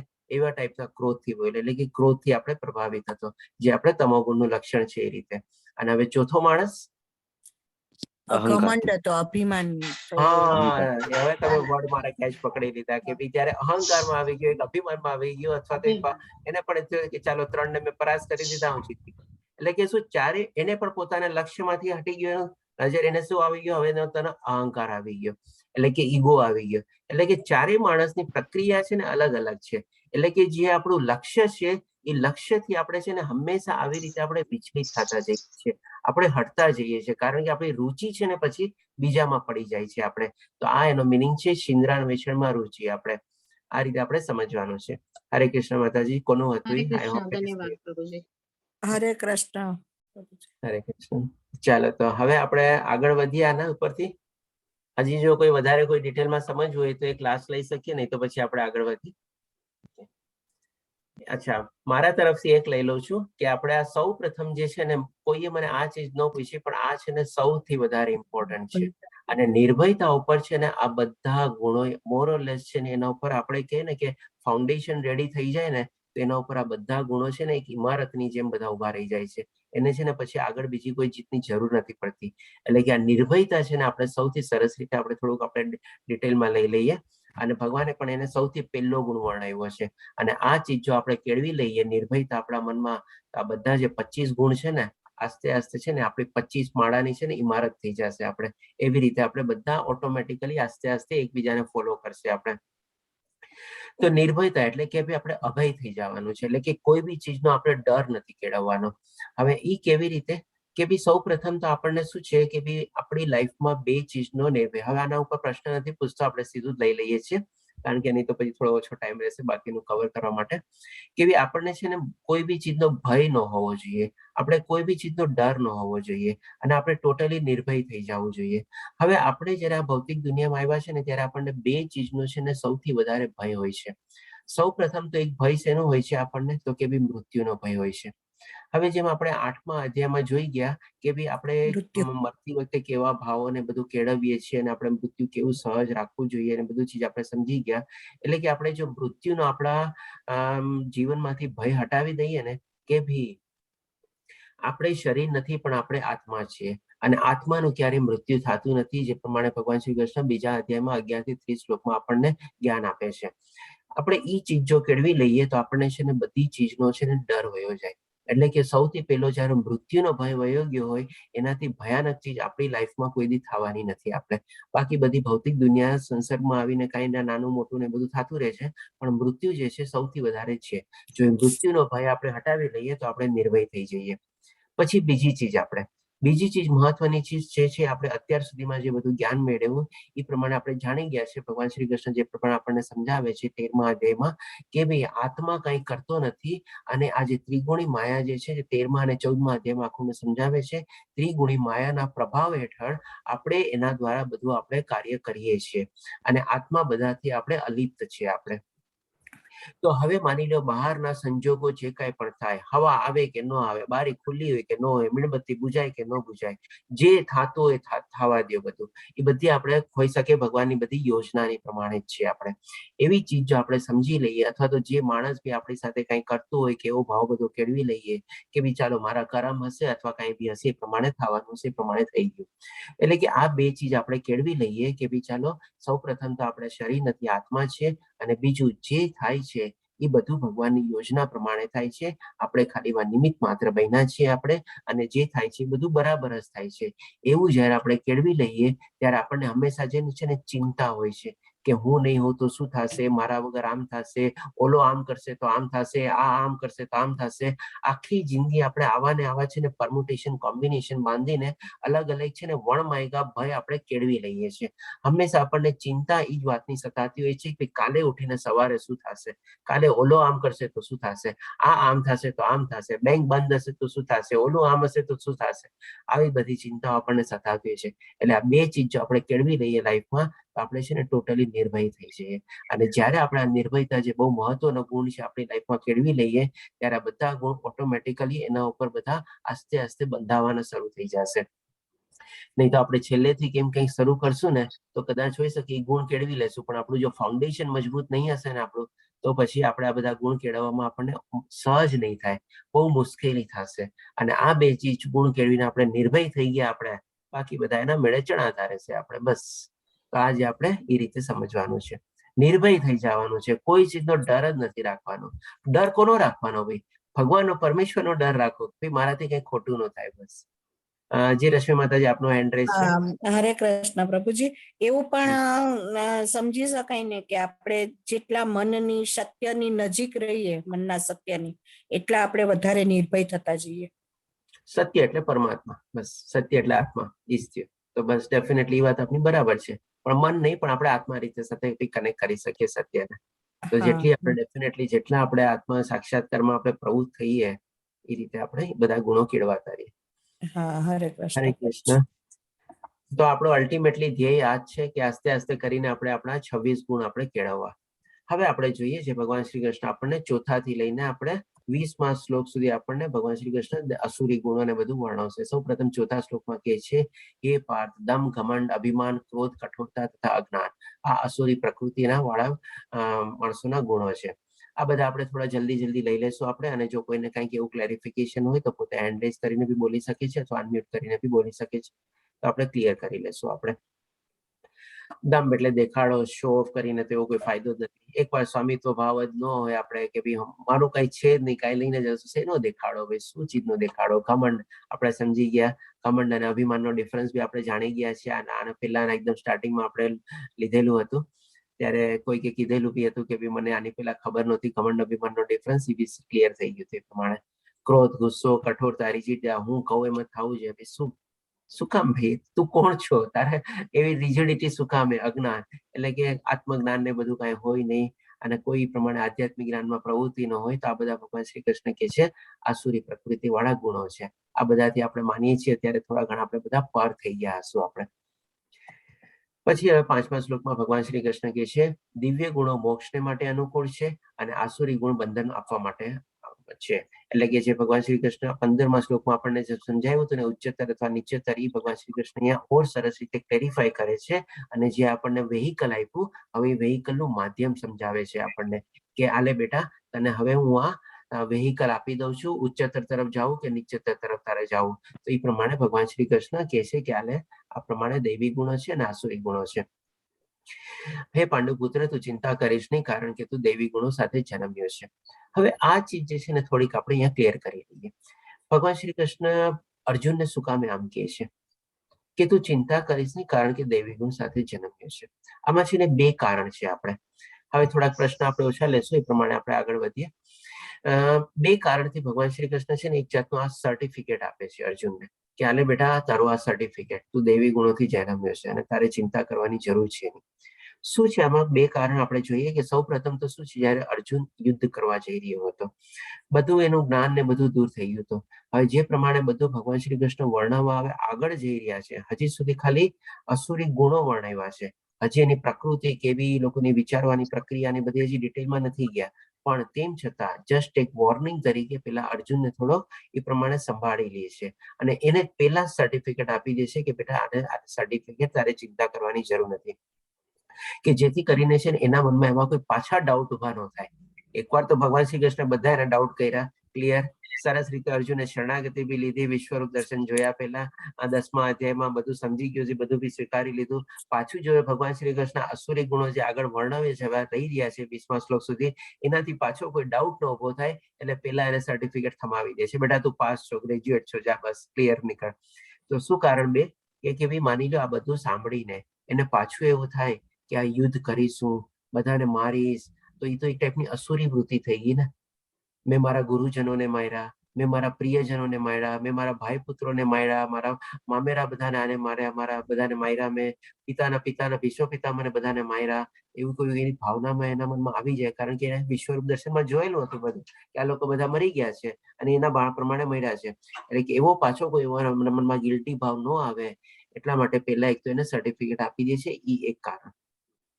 બીજું કારણ એ છે કે ભાઈ શું છે કે ભાઈ એ વખતમાં બી છે ને ઘણા બધા એવા પ્રશ્નો ને બધું એ લોકો પ્રત્યે બી ઉગતા થતા. આપણે જેમ આપણે જોયું તો કે ભાઈ રામાયણમાં બી જયારે રામ ભગવાન વનવાસથી પાછા આવે છે તો એક ધોબી પણ ટીકા કરવા ઉભો થઈ જાય છે કે જેની કાંઈ એવી કે આપણે હેસિયત નહોતી અથવા કઈ નહોતી ઓકાતી પ્રમાણે, તો એ લોકો પણ ટીકા કરે છે. તો આ તો ત્યારે ત્રેતા યુગ હતા, તો દ્વાપર યુગનો પણ અંત સમય છે ને કળિયુગ શરૂ થવાનો છે. ત્યારે પણ એવા લોકો હતા કે ભાઈ શું કામે પાંડવ લોકો એ પ્રમાણે જુગાર રમવો જોઈએ, શું કામે યુધિષ્ઠિર રાજા તરીકે બધાને દાવમાં લગાડવું જોઈએ, શું કામે એને પોતાની પત્નીને દાવમાં લગાડી, શું કામે એને પોતાના ભાઈઓને દાવમાં લગાડ્યા, આ બધા ઘણા બધા પ્રશ્નો ઉભા થતા હતા. અને આજની તારીખમાં તો ઘણા બધા એવા ટીકા ટિપ્પણી કરવા વાળા ઉભા થઈ ગયા છે. તો આ રીતે પેલા પણ છે ને એ પણ ચીજ બધા જે ડાઉટ્સ ને બધા હોય એ ક્લિયર કરવા માટે પેલા ભગવાન શ્રી કૃષ્ણને સર્ટિફિકેટ આપી દે છે. તો આપણે પણ છે ને આવા બધા પ્રશ્નોથી છે ને આપણે પોતાને વંચિત રાખવા જોઈએ. એક તો શું કે ભાઈ ચાલો જે થઈ ગયું, આપણે એમાં કઈ ચેન્જ નથી કરી શકવાના. આટલા 5000 વર્ષો પછી આપણે કોણ છે એના ઉપર ટિપ્પણી કરવા વાળા કે યુધિષ્ઠિરે શું કામે દાવમાં લગાડ્યા અને યુધિષ્ઠિરે શું કામે આમ કર્યું ને બધું. કારણ કે ભગવાન શ્રી કૃષ્ણે પોતે જ અહીંયા કીધેલું છે, હે પાંડુ પુત્ર તો ચિંતા કરીશ નહીં. એટલે કે રિપ્રેઝેન્ટેટિવ તરીકે બધા પાંડુ પુત્રોને આપણે વર્ણવીને કહીએ છીએ અને બધાને આપણે ક્લિયરન્સ સર્ટિફિકેટ આપી દે છે કે બેટા આલે તારું ક્લિયરન્સ સર્ટિફિકેટ, તમે બધા દૈવી ગુણોથી જન્મ્યા છો. તો હવે આપણે કોણ છીએ એમાં એ લોકો ઉપર ટીકા ટિપ્પણી કરવા વાળા? તો આ બે પર્પઝથી આપણે આને સમજી શકીએ છીએ. આપણે હવે આપણે આગળ વધીએ કે 6થા શ્લોકમાં ભગવાન શ્રી કૃષ્ણ કહે છે, એ પાર્થ, આ જગતમાં સર્જન પામેલા જીવો બે પ્રકારના હોય છે, એક દૈવી કહેવાય છે અને બીજા આસુરી કહેવાય છે. મેં અગાઉ તને દૈવી ગુણો વિસ્તારથી સમજાવ્યા, હવે આસુરી ગુણો વિશે સાંભળ. હવે આમના સંદર્ભમાં બી છે ને આપણે આગળ વધીને પહેલા એક ચીજ ક્લિયર કરી લઈએ. જેમાં આપણે 15મા અધ્યાયમાં 2 શ્લોક એવા આવ્યા હતા જેમાં ભગવાન શ્રી કૃષ્ણ કહે છે કે જીવના બે પ્રકાર છે, એક આપણે ચ્યુત અને બીજું અચ્યુત. અને પછી હજી આગળના શ્લોકમાં સમજાવે છે કે હું પણ એના બધાથી ઉપર છું, જેમાં ક્ષર અને અક્ષર કહે છે. આ બંને શબ્દોનો એક જ મિનિંગ છે, બે આપણે પેર ઓફ વર્ડ લઈએ એવી રીતે કે ચ્યુત અચ્યુત અને આપણે ક્ષર અને અક્ષર. હવે અહીંયા પાછળ જેમ ભગવાન શ્રી કૃષ્ણ કહે છે કે જીવોના બે પ્રકાર છે, એક દૈવી અને આસુરી. તો શું થોડું ઘણું કન્ફ્યુઝન આપણા માઇન્ડમાં પેદા થઈ શકે જો કોઈ આટલી ડીપ સ્ટડીની પ્રમાણે જાય તો? વાં ભગવાન શ્રી કૃષ્ણએ એમ કીધું કે ચ્યુત અને અચ્યુત, ક્ષર અને અક્ષર, અને અહીંયા ભગવાન શ્રી કૃષ્ણ કહે છે કે જીવોના બે પ્રકાર છે, દૈવી અને આસુર. આ સમજાણો નહીં, ડિફરન્સ કેવી રીતે? તો હવે આપણે પ્રશ્ન પૂછ્યા વગર આપણે આગળ વધીએ છીએ થોડુંક કે ભાઈ આનો મતલબ શું લેવાનો છે. આપણે જયારે 15મો અધ્યાય પરસોત્તમ યોગ જયારે આપણે સમજતા હતા ત્યારે જે ભગવાન આપણને જીવોના જે પ્રકાર કહે છે, ચ્યુત અને અચ્યુત, ક્ષર અને અક્ષર, એનો ભાવ શું છે કે એમાં આત્માનું વર્ણન કરે છે. અને ઈ આત્મા જે છે એ શરીર વગરનું આત્મા છે. એટલે કે ભગવાન શ્રી કૃષ્ણ ક્યારે વર્ણવે છે આપણને કે ઈ આત્મા એક શરીરમાંથી બીજા શરીરમાં પ્રવેશે છે, એટલે કે એને આપણે ચ્યુત તરીકે વર્ણવે છે અથવા તો ક્ષર તરીકે. એટલે કે આપણે એમાં એક વર્ણ હતો પતનશીલ, તમે જોજો શ્લોકમાં, અથવા તો આપણે એને પેરિશેબલ તરીકે લઈ શકીએ છીએ કે ભાઈ આ શરીર એ ખતમ થયું અને ઈ આત્મા એક શરીરમાંથી જઈને બીજી શરીરમાંથી, એટલે કે આપણે ચ્યુત અને ક્ષર સાથે વળ્યું. પરંતુ જે આત્માનો આપણે મોક્ષ થઈ ગયો છે, મુક્તિ પામી કે જે ભગવાન શ્રી કૃષ્ણ કહે છે જે મારા સનાતન ધામમાં પહોંચી જાય છે ત્યાંથી ફરીથી પછી આવતું નથી, તો ઈ આત્મા થઈ ગઈ આપણે અચ્યુત અથવા અક્ષર, જે ભગવાન શ્રી કૃષ્ણ કહે છે અને એનાથી બંનેથી પર હું પોતે છું એવી રીતે. તો આ રીતે જે આપણે 15મા શ્લોકમાં જે જીવનું વર્ણન છે, જેના બે પ્રકાર વર્ણવ્યા છે આપણે, અને બે પ્રકારના વર્ણનમાં આપણે આત્માને લેવાની છે સંદર્ભમાં, અને એ આત્મા જે છે શરીર વગરનું છે આપણે આત્મા. અને અહીંયા જે ભગવાન શ્રી કૃષ્ણ કહે છે, શું કહે છે? સર્જન પામેલા જીવો, એટલે કે ઓલરેડી એને દેહ એક્વાયર્ડ કરેલો છે, ઓલરેડી એને શરીર એક્વાયર કરી લીધું છે અને ઈ આ ભૌતિક દુનિયામાં આવી ગયો છે. એટલે કે આપણે અચ્યુત તો હોય જ ન શકીએ, બધી આપણે ચ્યુત અને એ પ્રમાણે ક્ષર આત્મા છે, પણ શું જે પ્રમાણે એને દેહ પામેલો છે, એટલે કે દેહ પ્રમાણે હવે એના બે ભાગલા પાડે છે કે એક કહે છે કે દેવી અને આસુરી. એટલે કે આ રીતે આપણે જીવોના ક્લાસિફિકેશન 15મા શ્લોકમાં સમજાવે છે, અલગ રીતે સમજાવે છે, અને અહીંયા જે જીવોના ક્લાસિફિકેશન સમજાવે છે એ અલગ રીતે સમજાવે છે. આ ચીજ આપણે સમજવાની જરૂરી છે બહુ, નહીં તો ઘણી વાર આપણને આમાં કન્ફ્યુઝન થાય. ઘણી વાર જે ડીપ મિનિંગ સમજતા હોય ને ભગવદ્ ગીતાનો, આપણને કે ઓ તમે તો લેવલ 2 એટેન્ડ કરી લીધું છે ને, ચાલો મને આ ચીજ સમજાવો. તો ત્યાં બે પ્રકાર આમ કીધા અને અહીંયા બે પ્રકાર આમ કે છે, એનો ડિફરન્સ શું છે? આ ચીજ આપણે સમજાવી શકીએ કે ત્યારે એમાં દેહ વગરનો હતો આત્મા, અહીંયા દેહ વાળો આત્મા છે ને પર્ટિક્યુલરલી મનુષ્ય વાળો આત્મા છે. તો જે આપણે દૈવી અને આસુરી ગુણો પ્રમાણે ભગવાન શ્રી કૃષ્ણ વર્ણવે છે. હવે આપણે જોઈએ જે ભગવાન શ્રી કૃષ્ણ, એટલે કે અહીંયા આપણો પ્રથમ વિભાગ કમ્પ્લીટ થાય છે 1 થી 6 શ્લોકા, અને હવે આપણે બીજા વિભાગમાં જઈશું 7 થી 20 શ્લોકા, જેમાં ભગવાન શ્રી કૃષ્ણ આપણને આસુરી લોકોની પ્રકૃતિ, વિચારવાની પ્રક્રિયા, કર્મ કરવાની પ્રક્રિયા, ગતિ કેવી બધી ચીજ આપણને વર્ણવશે, જે આપણે મોરલેસ આપણે બધું લેવલ 1 માં કવર કરી ગયા છે. તેમ છતાં જો કોઈ ડિટેલમાં સમજવું હોય તો આપણે લઈ લઈશું. તો 7મા શ્લોકમાં કહે છે જે લોકો આસુરી હોય છે તેઓ જાણતા નથી. શું કામ જાણતા નથી? અજ્ઞાની હોય છે. એને જ્ઞાન જ ન હોય તો ક્યાંથી જાણે કે શું કરવું જોઈએ અને શું ન કરવું જોઈએ? તેઓમાં નથી પવિત્રતા, નથી ઉચિત આચરણ, કે નથી સત્ય જોવા મળતું. આ રીતે પોતાની લાઈફ પ્રમાણે કાઢી રાખે છે, બસ ભૌતિક દુનિયાના બધાનું મોહ માયાના આકર્ષણમાં એમાં જીવીને. પછી હવે 8મા શ્લોકમાં ભગવાન શ્રી કૃષ્ણ કહે છે તેઓ કહે છે કે આ જગત મિથ્યા છે, તેનો કોઈ આધાર નથી અને તેનું નિયમન કોઈ ઈશ્વર દ્વારા નથી થતું. હવે આ 3 ચીજ છે ને, 3 ચીજ છે ને ભગવાન શ્રી કૃષ્ણ આપણને 7મા અધ્યાયમાં વર્ણવેલી છે કે આ 3 ચીજ મારા થકી છે. 7મા અધ્યાયનો આપણે 5મો, 6ઠ્ઠો અને 7મો શ્લોક જોજો, એમાં બધું ભગવાન શ્રી કૃષ્ણ ક્લિયર કર્યું છે કે ભાઈ આ જગત મિથ્યા નથી. ભગવાન શ્રી કૃષ્ણ કીધેલું છે કે મારી પરા અને અપરા શક્તિ દ્વારા એ બધું સર્જન પામેલું છે. 5મા શ્લોકમાં એ કે છે. પછી 6ઠ્ઠા શ્લોકમાં, 7મા શ્લોકમાં આપણને કહે છે, 5મા અને 6ઠ્ઠા શ્લોકમાં પરા અને અપરા શક્તિ વર્ણવે છે કે બધા જીવો બી મારા થકી જ ઉત્પન્ન થયેલા છે અને આ જગત બી મારા થકી જ ઉત્પન્ન થયેલું છે. તો ભાઈ શું કામ ક્યાંથી મિથ્યા હોય? ભગવાન શ્રી કૃષ્ણનો સ્ત્રોત છે ભાઈ, પછી એનો કોઈ આધાર નથી. તો એ પણ ભગવાન શ્રી કૃષ્ણ 7મા શ્લોકમાં ક્લિયર કરેલું છે કે બધું મારા આધારે જ બધું રહેલું છે. જેમાં ભગવાન શ્રી કૃષ્ણ એક આપણી મોતીની માળા હતી અને મોતીની માળા દ્વારા કીધેલું હતું કે આ બધું મારા રીતે આધાર રીતે થયેલું છે. જે મોતીની માળા આપણે ગળામાં ધારણ કરીએ છીએ ને ગળાના આધારે રહીએ છીએ એવી રીતે, અને બધામાં જેમ ધાગા રૂપી ભગવાન શ્રી કૃષ્ણ બધામાં પરોવાયેલા છે એ રીતે આપણને વર્ણવે છે. એટલે 5મો, 6ઠ્ઠો અને 7મા શ્લોકમાં આ બધી ચીજ ભગવાન શ્રી કૃષ્ણ આપણને વર્ણવેલી છે. અને તેનું નિયમન કોઈ ઈશ્વર દ્વારા થતું નથી. તો એ પણ તો ભગવાન શ્રી કૃષ્ણ એ શ્લોકમાં કીધેલું છે કે મારા હું જેનું ધારણ કરતા છું, હું પોષણ કરતા છું, પાલન કરતા છું. એટલે કે એનું બધું ઓર્ગેનાઇઝેશન બી એમના દ્વારા જ થાય છે. તો આ ત્રણ ચીજ ભગવાન શ્રી કૃષ્ણ આપણને 7મા અધ્યાયના 5મા, 6ઠા અને 7મા શ્લોકમાં લીધેલી છે. તો આ તમારે ખાલી નોટિંગ કરીને રાખવું હોય, રેફરન્સ તરીકે આ પાછળથી બી સ્ટડી માટે કરી શકો છો. અને પછી હવે શું છે, આ રીતે પેલા પોતે કહી દીધું. હવે માની લો કોઈ માણસને ખોટો સાબિત કરવો હોય આપણે, તો એના માટે આપણે કોઈ કાઉન્ટર થિયોરી આપવી પડે ને. તો હવે એ લોકો પોતાની કાઉન્ટર થિયોરી આપે છે. શું કહે છે કે તેમનું કહેવું, એટલે કે આવા અસુરી લોકોનું શું કહેવું છે કે તે કામેચ્છાથી ઉત્પન્ન થયેલું છે અને કામ સિવાય તેનું બીજું કોઈ કારણ નથી. એટલે કે જેટલા જીવોને બધા ઉત્પન્ન થાય છે એ બધી આપણે કામેચ્છાથી ઉત્પન્ન થાય છે. જો એવું જ હોત તો આજે ઘણા લોકો, આપણે દંપતી લોકો છે જે ભગવાનની આપણે માનતા માને છે, પૂજા કરે છે, કેટલી અર્ચના કરે છે, ત્યારે જઈને જ્યારે લોકોના બધા પ્રયત્ન અસફળ થાય છે, ત્યારે કંઈક ભગવાનની કૃપા થાય છે અને પછી એ લોકોને પ્રમાણે બાળક થાય છે. જો એ પ્રમાણે ન થતું હોય તો પછી શું કામ એ પ્રમાણે બધું કરે? એના આપણે સ્ટાર્ટિંગમાં પેલા બધા પિક્ચરો બનતા કે ભાઈ વૈષ્ણોદેવીની જાત્રા કરે, ત્યાં જાય, પછી ફળ સ્વરૂપે એ લોકોને પુત્ર કે પુત્રીની પ્રાપ્તિ થાય ને એ બધું. જે પ્રમાણે હોત તો આ બધું થોડી ને થાય કે ખાલી જો કામેચ્છાથી બધું થઈ જતું હોત તો. તો એક ઈ ચીજ બી છે. અને સાથે સાથે આપણે કલયુગમાં બીજું હજી ઓર બી રીતે સમજી શકીએ. જો એ રીતે જો માની લો અસુરી જે લોકો કે છે, તો પછી જે આપણે બધા જે આર્ટિફિશિયલ જે બધા મેથડ નીકળેલા છે, આ ટેસ્ટ ટ્યુબ બેબી, આ બેબી, ઓલું બેબી, આ બધી એવા જે બધા લોકો બધા ક્લિનિકે ચાલે છે, એ લોકો શું કામે ચાલે બધું? એમાં બધા પણ એ લોકોના પણ પ્રયત્ન એટલા સફળ નથી. એ લોકોનો પણ બધા સક્સેસ રેશિયો જોઈએ આપણે જે તો પોઈન્ટ માત્રામાં આવે છે આપણે. એટલે કે એ બધી ચીજ છે ને એ લોકો ખાલી પોતાની થિયોરી ચલાવવા ખાતર ચલાવે છે અને પોતાની ભક્તિ બી ચાલે છે. અને ઘણી જગ્યાએ એમાં પણ કંઈક ને કંઈક એવા બધા ઉલટા પુલટા કામ બી બધા થતા હોય છે આપણે. એટલે કે આ રીતે બધા લોકોની, અસુરી લોકોની બધી વિચારવાની પ્રક્રિયા હોય છે. અને એ લોકો ટોટલી ભગવાનને નકારી દે છે કે ભાઈ કઈ છે જ નહીં આપણે એવી રીતે. પછી હવે 8-9મા શ્લોકમાં ભગવાન શ્રી કૃષ્ણ કહે છે એવો નિષ્કર્ષનું અનુગમન કરીને. એટલે એવું નિષ્કર્ષ એટલે કે શું?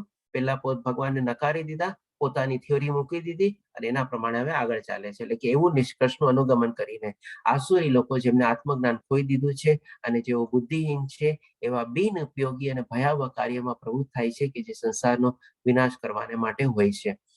બિન ઉપયોગી પણ ડેફિનેટલી છે જ. આ બધું જે આપણે અત્યારે યુદ્ધ ને આ જોઈએ છીએ, ટેરરિઝમ ને બધું જે જોઈએ છીએ, કોઈ આપણને પ્રોડક્ટિવિટી નથી મળતું, કોઈ સારું કામ એમાંથી કઈ નથી થતું. અને બધા ભયાવહ કાર્યોમાં, એટલે કે આ બધું કેટલો મોટો ભય ને બધું ઉભો કરે છે. કારણ કે એ લોકોનો મેઇન મોટિવ એ જ હોય છે કે ભાઈ બાકી બધાના લોકોમાં છે ને ભય ઉત્પન્ન કરીને રાખવો. જ્યાં સુધી ભયમાં જીવશે ને ત્યાં સુધી એ બધી અંધકારમાં જ રહેશે, ત્યાં સુધી લોકો અજ્ઞાનમાં જીવશે. અને એટલા જ માટે આપણે છે ને પહેલા શ્લોકમાં જ આપણે જોયું કે પહેલી ચીજ જે છે ને નિર્ભય થવાની જરૂર છે.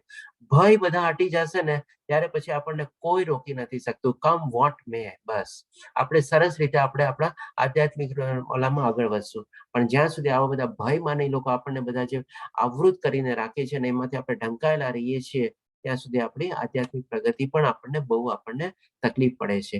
એટલા જ માટે ભગવાન શ્રી કૃષ્ણ દૈવી ગુણોમાં સૌથી પહેલા નિર્ભય ગુણ લીધેલો છે. અને આવા બધા ભયાવહ કાર્યોમાં એ લોકો પ્રવૃત્ત હોય છે. કારણ કે બધામાં જો ડર બેસાડીને રાખશે ને, એ લોકોનું સૌથી મોટું પાવરફુલ વેપન છે કે સામેવાળાને દબાવીને રાખો, સામેવાળાને ડરાવીને રાખો, બસ એવી રીતે. પછી 10મા, 11મા અને 12મા શ્લોકમાં ભગવાન શ્રી કૃષ્ણ કહે છે કદાપી સંતુષ્ટ ન થનારા, કામનો આશ્રય લઈને તથા ગર્વના મદમાં તથા મિથ્યા પ્રતિષ્ઠામાં ડૂબેલા આસુરી લોકો આ રીતે મોહગ્રસ્ત થઈને હંમેશા ક્ષણભંગુર વસ્તુ દ્વારા અપવિત્ર કર્મનું વ્રત લેતા હોય છે. એટલે કે આવી રીતે લોકો કંઈક ને કંઈક આવા નેગેટિવ કર્મોમાં બધામાં પ્રવૃત્ત થતા રહેતા હોય છે. અને એમાં પણ એ લોકો ઘણીવાર એવા વ્રત લેતા હોય છે અને બધા મોહ માયાના આકર્ષણમાં એમાં આખા દિવસ ડૂબેલા હોય છે. તમે કહેશો કે અપવિત્ર વ્રત કેવી રીતે? તો અપવિત્ર વ્રત બી આપણે જોઈ લઈએ કે ભાઈ, થોડો ફાસ્ટ જાઉં છું ને એટલે થોડુંક અપવિત્ર વ્રત, જેમ કે આપણે શું છે, આ લોકો આવી બધી કોઈ માની લ્યો આકર્ષણોમાં એમાં ડૂબેલા હોય તો ઘણી વાર એવું વ્રત લેતા હોય કે ભાઈ આ દિવસે હું આ પીણું નથી લેતો, અથવા તો આજે જેમ કે ગુરુવાર છે, આજે હું આ પીણા નહીં, માની લો એવા કોઈ પીણામાં કે એમાં કોઈ એવા પ્રવૃત્ત થયેલા હોય તો એ પ્રમાણે. અથવા તો આ દિવસે, આજે શનિવાર છે ને, આજે દિવસે હું આ ટાઈપનો આવો આહાર નહીં લઉં, એટલે આવા વ્રત રાખે. અરે ભાઈ, વ્રત રાખવા છે તો એકાદશીનું વ્રત રાખ ને ભાઈ. અને એમાં તારી આગળ ઉચ્ચતર પ્રક્રિયા કર ને. પેલા પણ માની લે તું ફરાળ લઈને કરતો, ફરાળથી પછી તું ફળ અને આહાર બંનેમાંથી તું આહાર છોડ્યો, એટલે કે ખાલી ફળથી કર્યું તે, હવે ફળથી કરીને તું પાણીથી કર, પછી નિર્જળા કર, એવા બધા વ્રત લે ને. એની બદલે આવા વ્રત, આ દિવસે આ પીણા નહીં લો, આ દિવસે આ ખાવાનું નહીં ખાવ, આવા કોઈ વ્રત હોય બોલો? પણ ના, એમાં એ લોકો શું પોતાનું ઓલું સમજે કે ભાઈ ના, હું તો ગર્વ અને મત સમજે કે ના યાર છે, અને પ્રાઉડ થી કે આ દિવસ છે ને આજે નહીં ચાલે. પછી 11 અને 12મા શ્લોકમાં કહે છે કે તેઓ એવો વિશ્વાસ ધરાવે છે, એટલે કે આવી રીતે પછી લગભગ કોન્ફિડન્ટ બી ઓલી રીતે બોલે, વિશ્વાસ ધરાવે છે કે ઇન્દ્રિય તૃપ્તિ એ જ માનવ સભ્યતાની મુખ્ય જરૂરિયાત છે. એ રીતે અંતકાળ સુધી એમને અપાર ચિંતા રહે છે. ડેફિનેટલી રહેવાની છે, કારણ કે ઇન્દ્રિય તૃપ્તિ ક્યારે થવાની નથી, તો પછી ચિંતા રહેવાની જ હોય ને. તેઓ લક્ષાવિધિ ચિંતાઓની જાળમાં બંધાયેલા રહીને અને કામ તથા ક્રોધમાં ડૂબેલા રહીને ઇન્દ્રિય તૃપ્તિ અને અનૈતિક સાધનો દ્વારા ધન સંગ્રહ કરે છે. એટલે કે ઇન્દ્રિય તૃપ્તિ માટે ડેફિનેટલી પૈસા તો જોવે જ.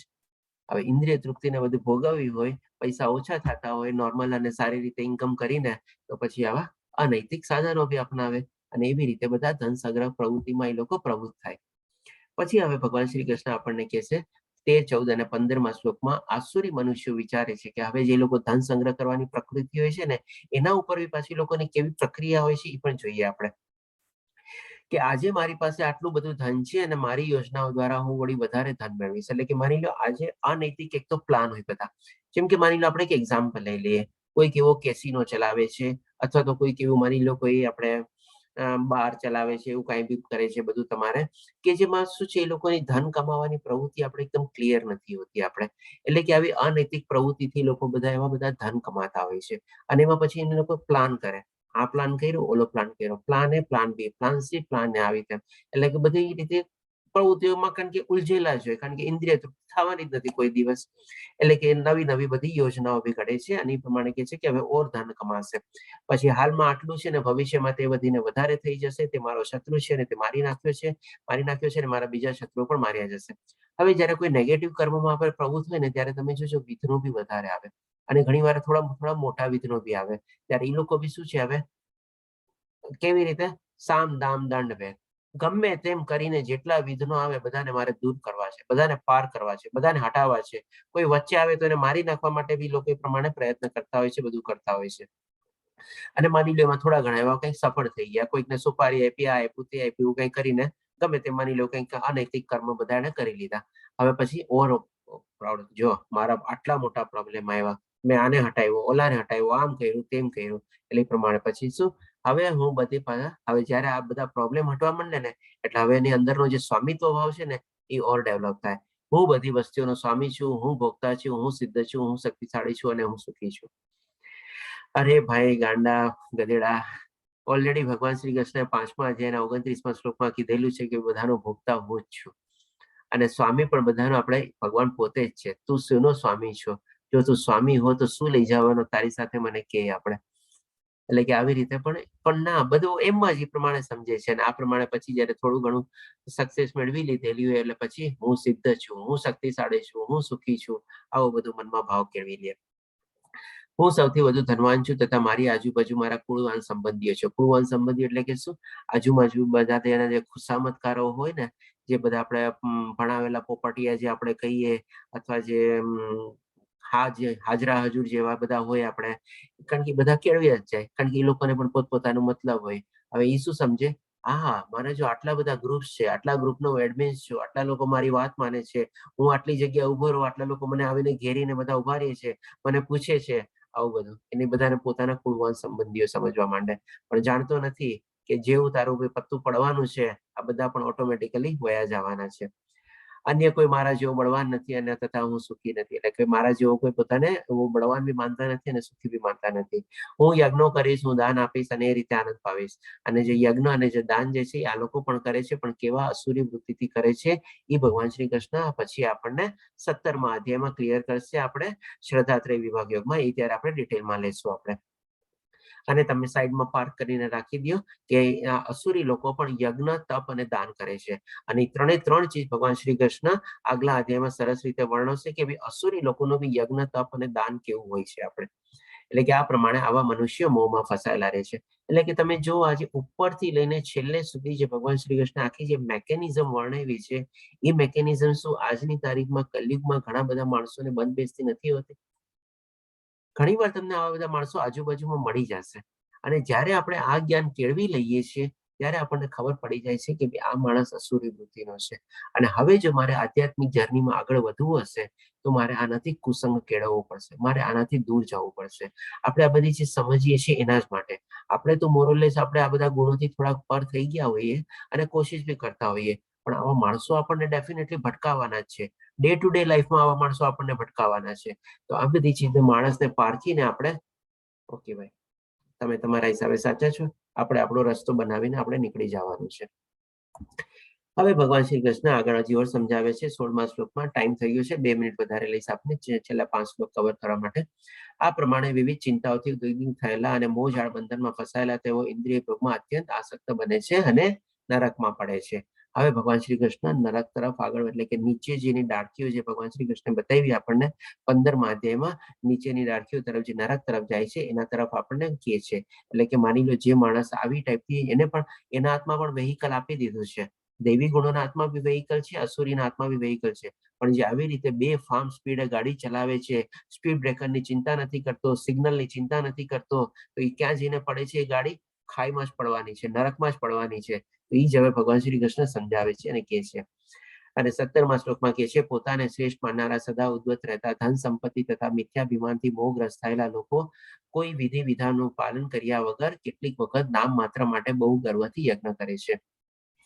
હવે અહીંયા પણ ભગવાન શ્રી કૃષ્ણ વિધિ વિધાનોનું પાલન કરવાનું કહે છે અને એ પ્રમાણે પણ આપણને 17મા અધ્યાયમાં બી ભગવાન શ્રી કૃષ્ણ આપણને સમજાવશે કે ભાઈ કેવી રીતે આપણી શ્રદ્ધાની બધી ડેવલપ થાય છે. પણ જે અસુરી લોકો છે એને આ બધું તો કઈ એપ્લિકેબલ થતું નથી, એ તો પોતાના હિસાબે બધે પોતાની ભક્તિ ચલાવે છે. પછી 18મા શ્લોકમાં કહે છે કે મિથ્યા અહંકાર, બળ, ઘમંડ, કામ તથા ક્રોધ એટલે કે બધી એક સાથે ભગવાન શ્રી કૃષ્ણ સમરાઈઝ કરી દીધી. મોહિત થઈને આસુરી મનુષ્ય પોતાના શરીરમાં તથા બીજાના શરીરમાં સ્થિત પૂર્ણ પુરુષોત્તમ પરમેશ્વરની ઈર્ષા કરે છે તથા વાસ્તવિક ધર્મની નિંદા કરે છે. એટલે કે આના ફળ સ્વરૂપે લોકો શું છે, જે આપણે આત્મા જે છે, પવિત્ર આત્મા છે, જે છે સત્ય છે, આપણે છે સત જે છે, આપણે પોતાના અંદર બી છે અને સામેવાળાના અંદર છે, એ બધાની બી ઈર્ષા કરે છે. અને અહીંયા જેમ આપણે શિશુપાલનું એક્ઝામ્પલ લીધું તો આપણે પેલા લેવલ 1 આની સ્ટોરી કવર કરી હતી, પછી જયારે ભગવાન શ્રી કૃષ્ણનો વધ કરે છે. એટલે કે આવી રીતે શું વાસ્તવિક ધર્મની નિંદા કરે છે. વાસ્તવિક ધર્મ શું છે આપણો? તો કોઈ ભગવાનની સેવા કરવી, ભગવાનની પૂજા કરવી અને એ કરીને ભગવાનની ભક્તિ કરીને આપણે ધામમાં પહોંચવું, એ જ આપણો વાસ્તવિક ધર્મ છે, જે ભગવાન શ્રી કૃષ્ણ આપણને 8મા અધ્યાયમાં બી ક્લિયર કરેલો હતો અર્જુનના પ્રશ્ન દ્વારા. પછી 19મા શ્લોકમાં કહે છે કે જે લોકો ઈર્ષાળુ તથા ક્રૂર છે અને નરાધમ છે તેને હું વિભિન્ન આસુરી યોનિમાં મૂકીને નિરંતર ભવસાગરમાં નાખ્યા કરું છું. એટલે કે કન્ટિન્યુઅસલી આ જન્મ મૃત્યુ જરા વ્યાધિમાં જ પડે છે અને નરકમાં જ પડે છે અને કદાચ હોઈ શકે નીચલી યોનિમાં બી જન્મતા હોય. અને પછી 20મા શ્લોકમાં કહે છે હે કુંતી પુત્ર, આવા મનુષ્ય અસુરી યોનિમાં વારંવાર જન્મ ગ્રહણ કરીને ક્યારેય મારા સુધી પહોંચી શકતા નથી.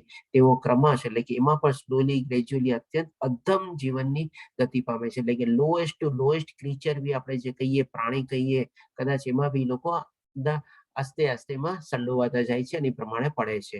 એની ક્યારે ઉચ્ચતર ગતિ થતી નથી. જે પ્રમાણે કીધું ભગવાન શ્રી કૃષ્ણ ડાળખીઓ ઉપર જાય છે, ડાળખીઓ નીચે જાય છે. આ જે બધી ડાળખીઓ નીચે જાય છે, કોઈ દી પછી ઉપર વધતી જ નથી. એ પ્રમાણે ભગવાન શ્રી કૃષ્ણ સમજાવે છે. તો અહીંયા આપણે પ્રથમ વિભાગ કમ્પ્લીટ કરી, એટલે કે 2 ભાગ આપણે કમ્પ્લીટ કર્યા. પાંચાકલ્પતરુભ્યશ્ચ કૃપા સિંધુ એવ ચ પતિતાનાં પાવનભ્યો વૈષ્ણવભ્યો નમો નમઃ. હરે કૃષ્ણ કૃષ્ણ કૃષ્ણ હરે હરે, હરે રામ રામ રામ હરે હરે.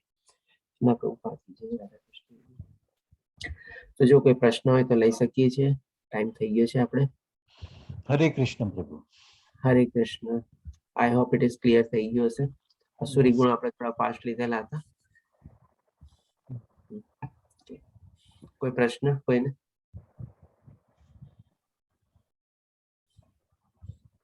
આપણે તો પછી ચાલો માળા લઈ લઈએ આપણે.